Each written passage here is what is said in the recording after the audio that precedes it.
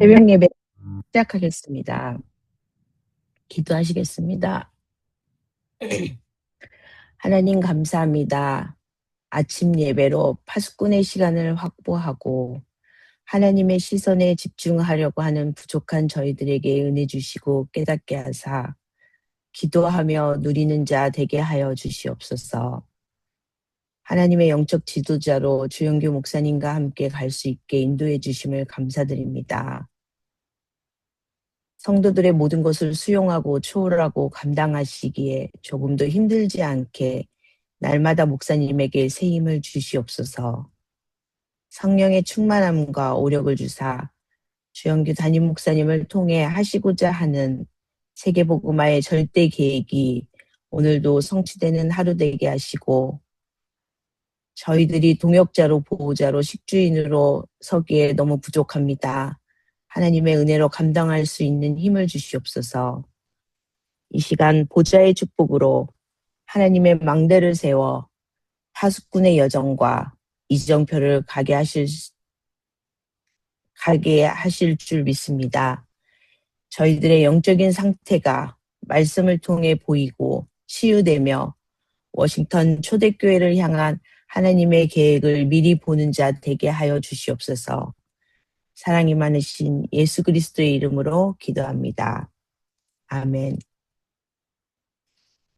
이번 주 한 주간은 감난산 원단 수련회를 통해 저희는 언약이 각인되고 있습니다.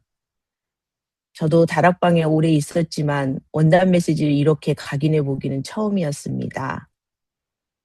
2026년도가 너무나 기대되는 해가 됩니다. 하나님께 감사드립니다.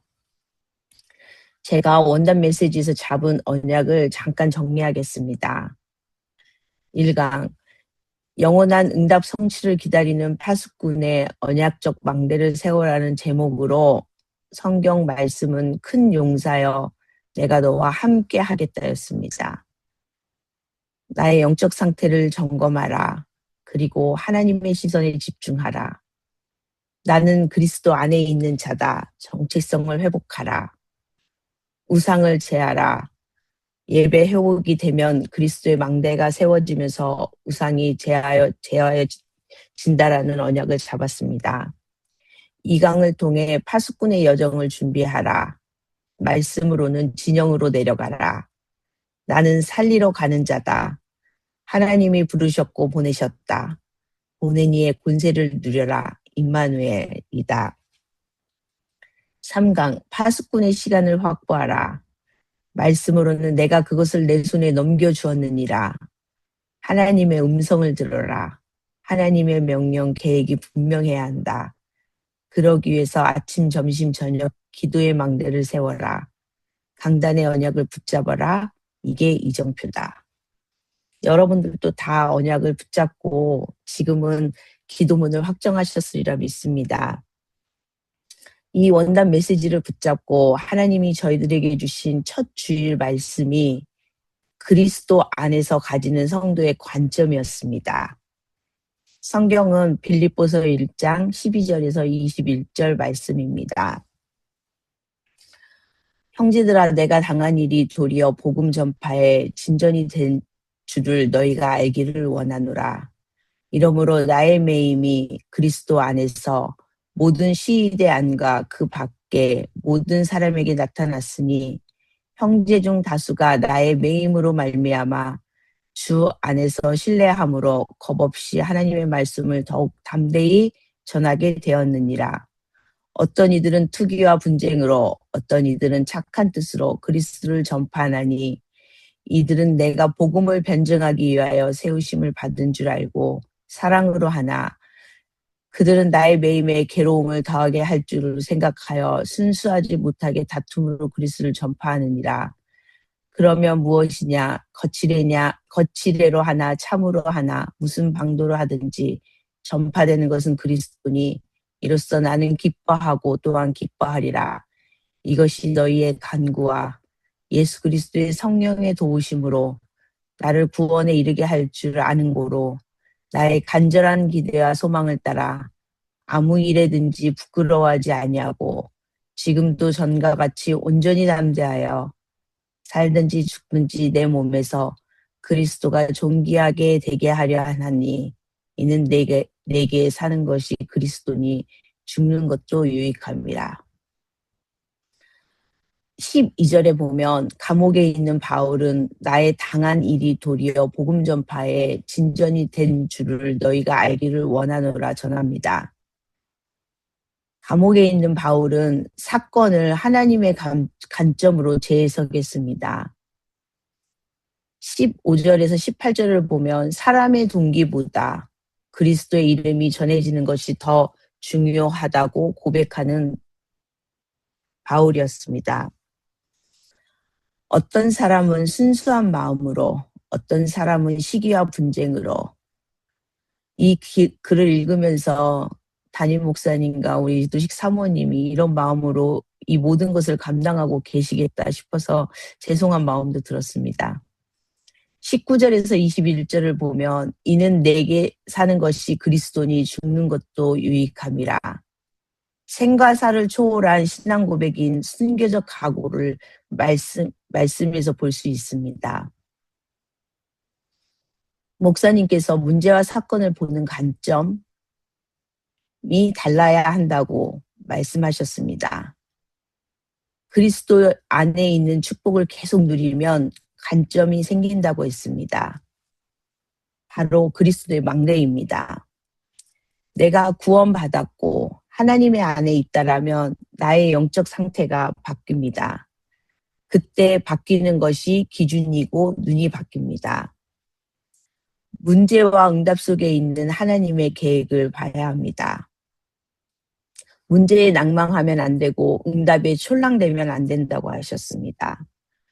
응답 뒤에는 다음 스텝이 있다. 문제를 주신 분도 하나님, 그 문제를 감당할 수 있게 주의 뜻대로 부르는 모든 자들에게는 합력하여 선을 이룹니다. 관점이 바뀌면 확신이 옵니다. 우리는 모든 것을 그리스도의 안경을 쓰고 봐야 합니다. 이렇게 말씀을 들으면 2, 3일 그리스도의 안경을 쓰는데 사건이 생기면 사건에 휘말리는 저의 모습을 보게 됩니다. 왜 안 될까? 제가 깨달은 것은 언약을 잡고 영적 싸움하면서 나를 편집하지 못했구나를 깨닫게 되었습니다. 하나님의 축복은 고난이라는 가면을 쓰고 나타나는데 많은 사람이 낙담하고 놓치게 됩니다. 이게 불신앙입니다. 문제 자체가 문제가 아니라 그 문제를 보는 관점이 축복을 받게도 하고 망하게도 합니다. 하나님은 이를 통해 우리의 영적인 상태를 바꾸어 축복하십니다. 그리스도 안에 있는 축복을 누리면서 모든 문제와 사건을 하나님의 관점으로 보는 나의 영적 상태가 바뀌게 해달라고 기도 제목을 잡았습니다. 하나님은 왜 이렇게 하실까요? 하나님은 참 축복을 믿음 가진 자에게 주시기 위함이고 겸손히 인내하는 자에게 주시기 위함입니다. 기도의 사람에게 주시기 위함이기 때문입니다. 복음적 관점의 확립은 고난은 저주가 아니라 하나님의 변장된, 위장된 축복임을 보게 합니다. 우리를 성숙한 믿음의 사람으로 세우시는 과정입니다. 모든 사건 속에 숨겨진 하나님의 선한 계획을 신뢰하게 됩니다. 이것이 복음을 가진 관점의 사람에게 나타나는 특징입니다. 바울이 복음을 전할 때 어떤 사람의 동기, 그러니까 선함으로 하든지 시기와 질투로 하든지 그런 사람의 동기를 중요하게 보지 않았습니다.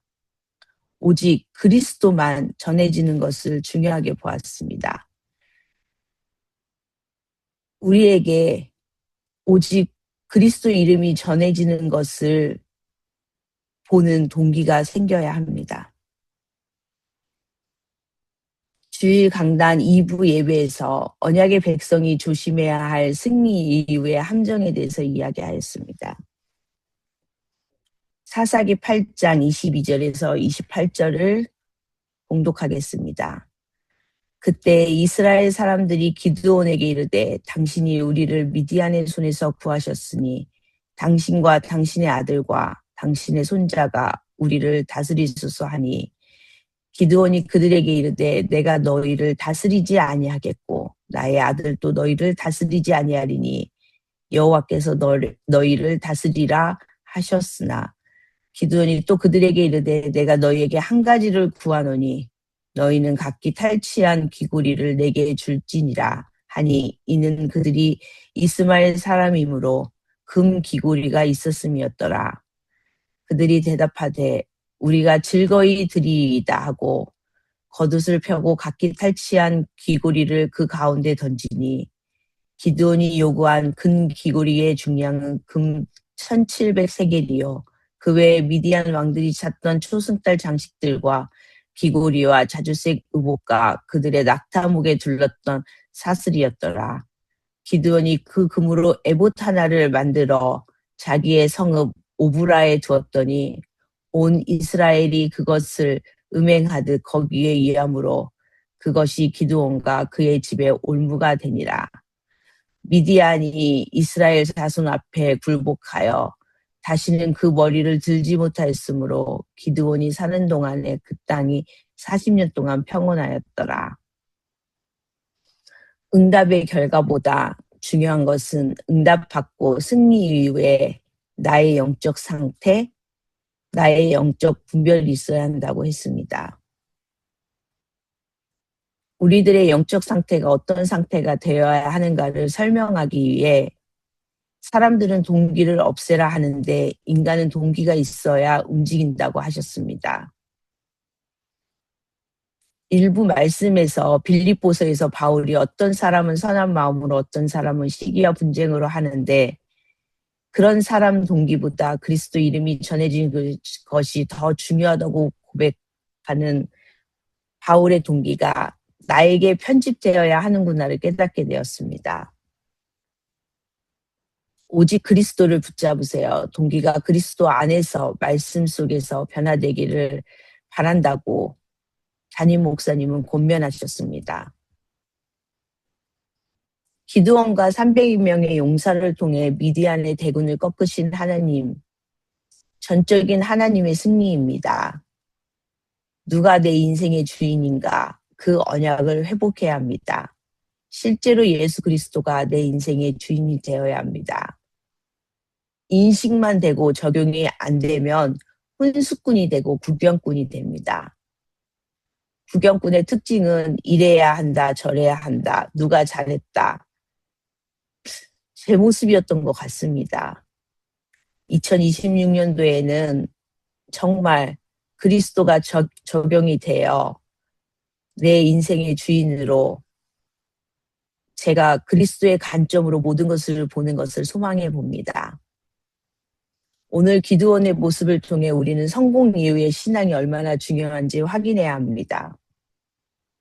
성령 인도는 승리할 때나 고난 당할 때나 변함없이 그리스도만을 높이는 것입니다. 나의 왕이 진짜 누구냐? 이게 안 되면 성공이 나의 왕이 되고 응답이 우상이 됩니다. 이것이 복음에서 이탈되는 걸음길이 됩니다. 가난하거나 부하거나 선교의 대열, 복음의 대열 속에 있어야 합니다. 본론으로 내면의 갈등과 분열을 넘어서는 복음의 포용을 해야 합니다. 갈등될 때 눈앞의 이익보다 하나님의 계획과 평화를 선택하며 성도의 관점을 복음의 관점으로 바꾸어 주어야 합니다. 갈등이 올 때 내가 옳다 주장보다 하나님의 나라를 먼저 생각해야 합니다. 어떻게 하는 것이 교회에 유익할 것인가? 오해받을 때 전도와 선교를 위해서 참아야 합니다. 하나님은 나의 왕이다. 하나님이 채우실 것이다. 하나님이 나를 위해 싸우실 것이다.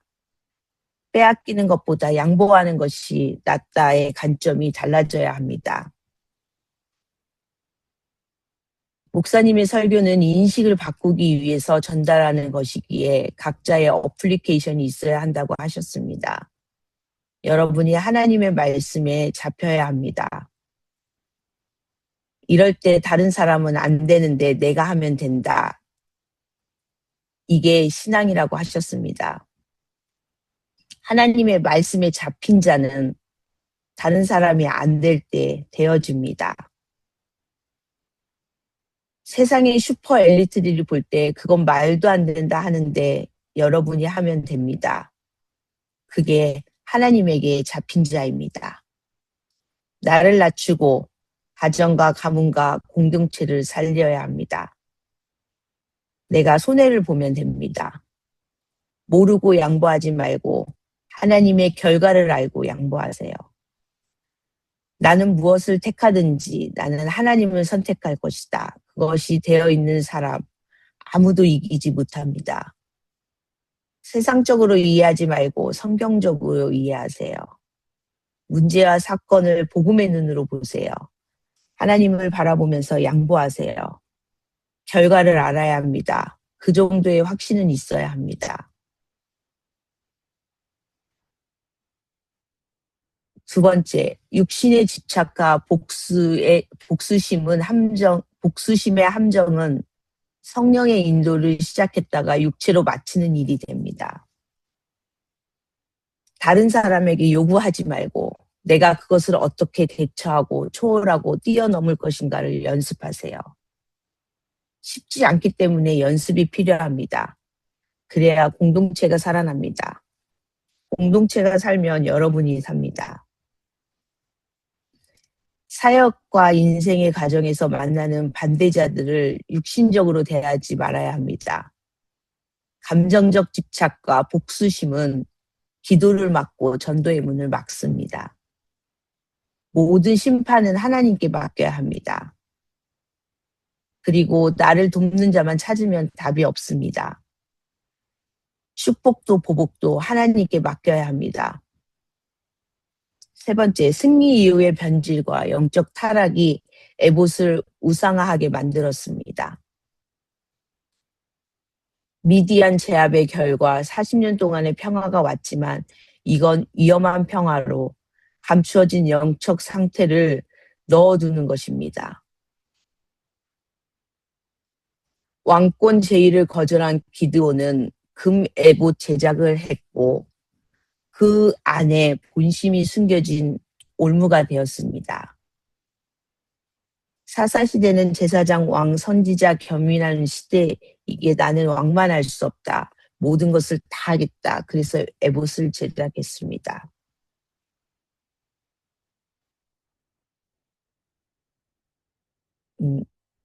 성경 구절에 보면 기드온이 에봇을 제작해서 오브라에 두었습니다. 오브라가 어디입니까? 자기의 고향입니다. 하나님께서 기드온에게 제일 먼저 주신 사명이 가문의 우상을 제하라 했습니다.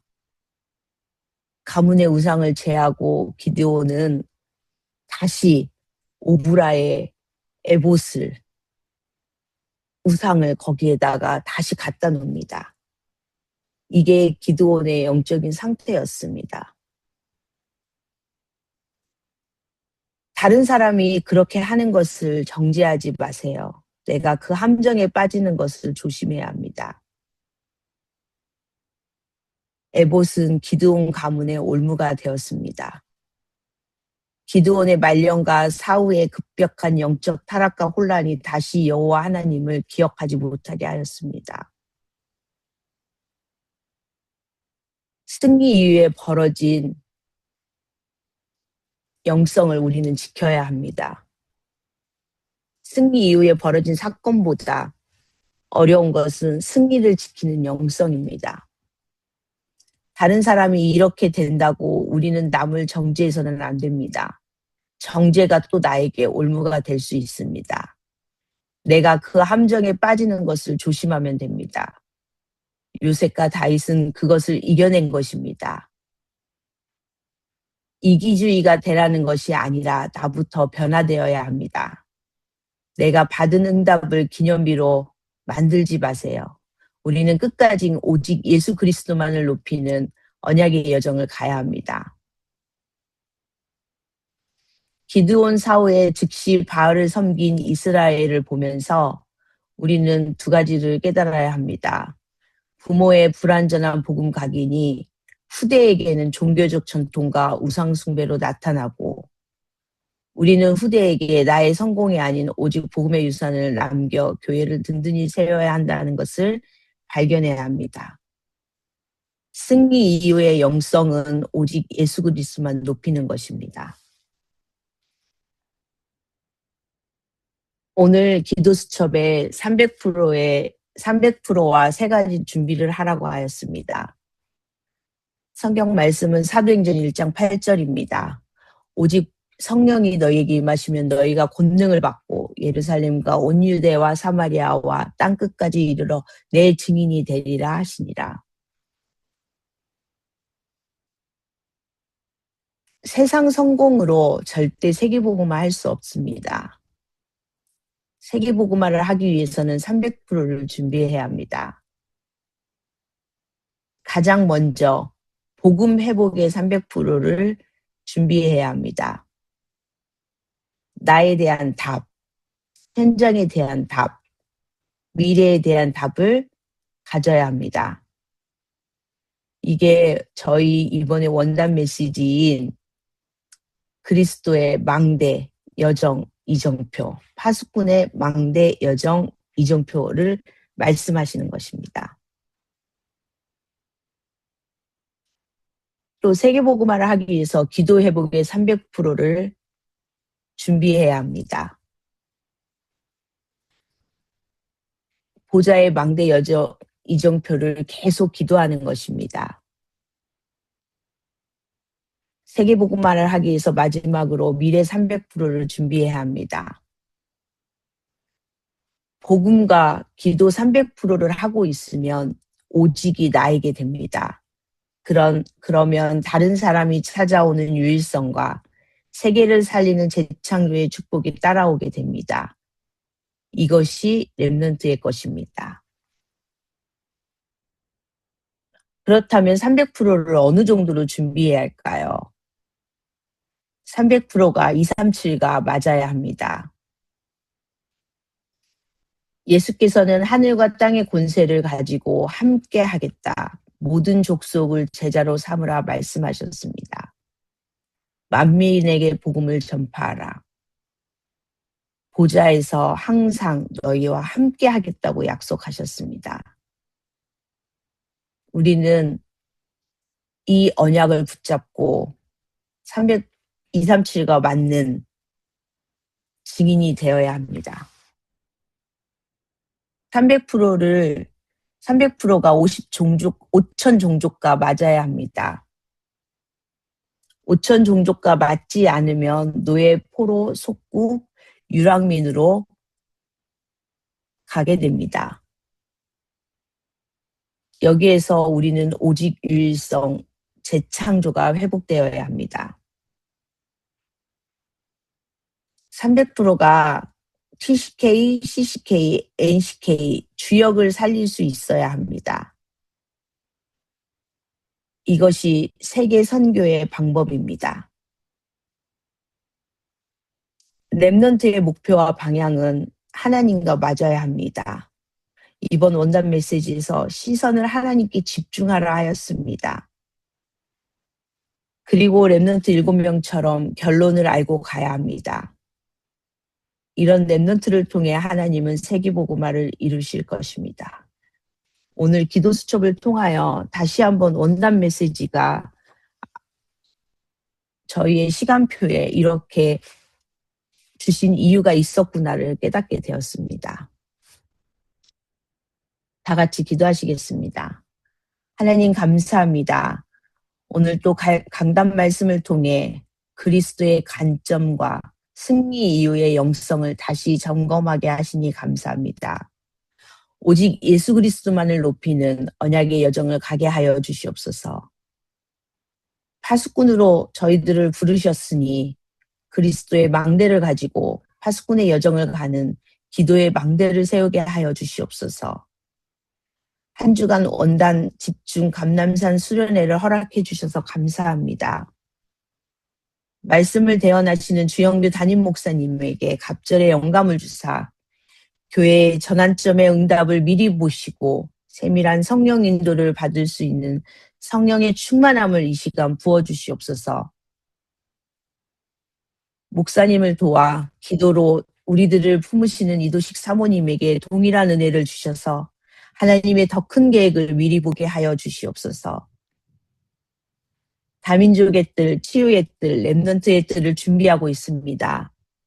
사역자들이 하나님의 힘을 공급받아 금토일 시대를 열고 후대를 양성하는 세 가지 뜰이 있는 교회를 세워가는 데 원인스 되어 세밀한 성령의 인도를 받게 하여 주시옵소서.